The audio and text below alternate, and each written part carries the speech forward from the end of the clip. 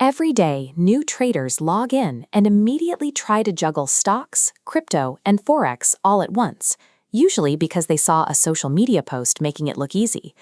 But think about trading markets the exact same way you think about physical sports. You would never expect to step onto the field and successfully play football, cricket, boxing, and tennis all on day one. Physical sports require entirely different body types, fast twitch versus slow twitch muscles, and different training regimes. Financial markets work exactly the same way. They require different mental muscles, different emotional bandwidths, and entirely different lifestyle rhythms. The problem is, you are constantly bombarded by conflicting marketing. One ad tells you crypto is the only way to build wealth, while the next guarantees Forex is the ultimate freedom lifestyle. It's paralyzing. To cut through that noise, focus on identifying the one primary market that fits your existing lifestyle and personality. If you stop chasing the highest theoretical profit and start looking for personal compatibility, your chances of surviving the learning curve go up drastically. Finding that compatibility boils down to answering 3 rigid constraints about your current reality. The guide asks 3 logistical questions. First, how much time can you dedicate daily? Second, how much money can you put at risk? And third, can you handle fast price movements, or do you prefer slow and calm? To make this actionable, we are going to use a comparison matrix to map these major markets directly against those exact constraints. Be honest with yourself here. Lying about how much time, money, or patience you have is the fastest way to blow up a trading account, regardless of which market you choose. We start with stocks. Buying a stock means you are acquiring fractional legal ownership of a real-world established company. Think of it like pitching in with your friends to buy a local pizza shop. If the shop sells more pizzas and grows its footprint, your specific share of that business becomes inherently more valuable. Because you are dealing with real products and regulated corporate earnings, the conceptual simplicity is high, and the baseline risk is generally lower than highly leveraged digital assets. But that safety comes with severe operational trade-offs. As the guide points out, the limitations are clear. The market is only open for specific hours during the workweek, and because the moves are slower, trying to execute quick, high-profit daily flips is incredibly difficult for a beginner. Stocks are the perfect match if you are a low-stress learner. If you prioritize safety, want steady growth, and only have time to check charts after your day job, this is your home. If you need high action and flexible hours, we look at the 24-hour markets, starting with Forex. Forex is the exchange of international currency pairs here. It's exactly like exchanging your cash at the airport before a trip, then swapping it back a week later to pocket the difference if the exchange rates shifted in your favor. The appeal is massive. The market is highly liquid, open nearly 24 hours a day, and thanks to leverage, you can start trading with a very small amount of upfront capital. Look closely at this warning. Because leverage amplifies every tiny price shift, a small move in the wrong direction can liquidate an account before you can even react. Then we have crypto. Trading digital assets like Bitcoin is comparable to speculating on early internet companies during the dot-com boom. The growth potential is massive, but the risk is absolute. Operationally, it never sleeps.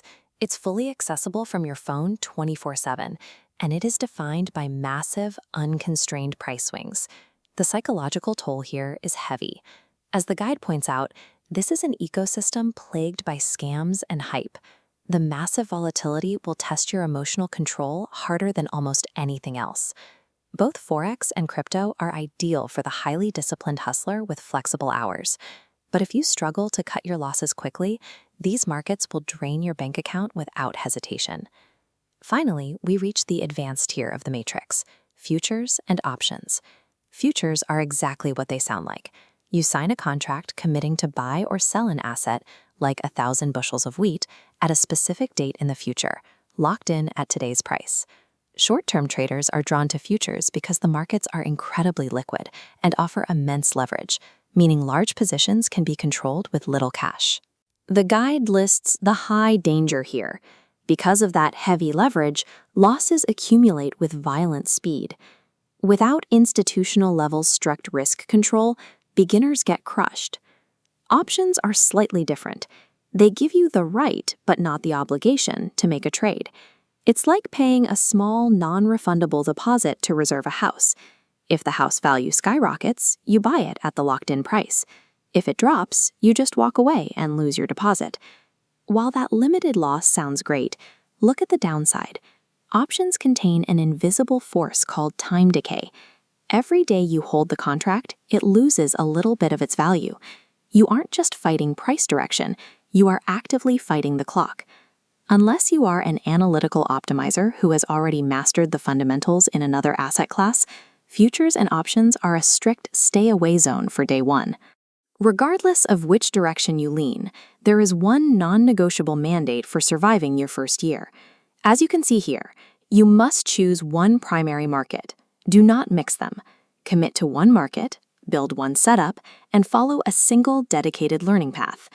Mixing markets scatters your focus. It ruins your ability to track your data accurately, and it practically guarantees emotional burnout as you try to adjust to different speeds simultaneously. You have to prove you can be consistent in a single asset class over a long period of time before you even consider diversifying.